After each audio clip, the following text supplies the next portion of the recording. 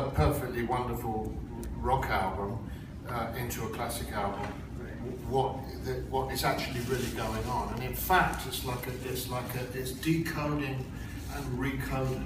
It's not exactly translation. It's close to translation. It could almost be another language. It's a language, the orchestral language is one that goes back 500 years. Rock is 55 years old now. Even if you take it right back to the blues, it's 60, 70, 80 years old. You know, big amplifiers, synthesizers are relatively recent. You know, all of the stuff that we're so used to now is very, very recent. We don't know where it's going to go. But classical orchestras have existed in the form that I spoke of facetiously earlier on. You know, not all violinists are Jewish. It just happens that some of the best ones have been.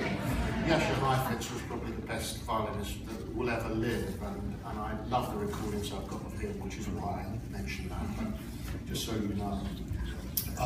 But I think that orchestras have been around for a long, long time, and I think they will continue because the repertoire of music that is there is a legacy of 500 to 800 years of extraordinary and innovative and dangerous and audacious composition, you know, from Purcell right the way through to more modern composers today like Steve Reich, and indeed the film composers like Hans Zimmer, who funnily enough also can't read and write music.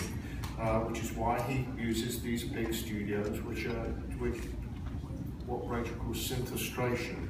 I think this is Des McAnuff's description, isn't it? Orchestration by synthesizers. But so in a way, for me, this thing was, Rachel's absolutely right.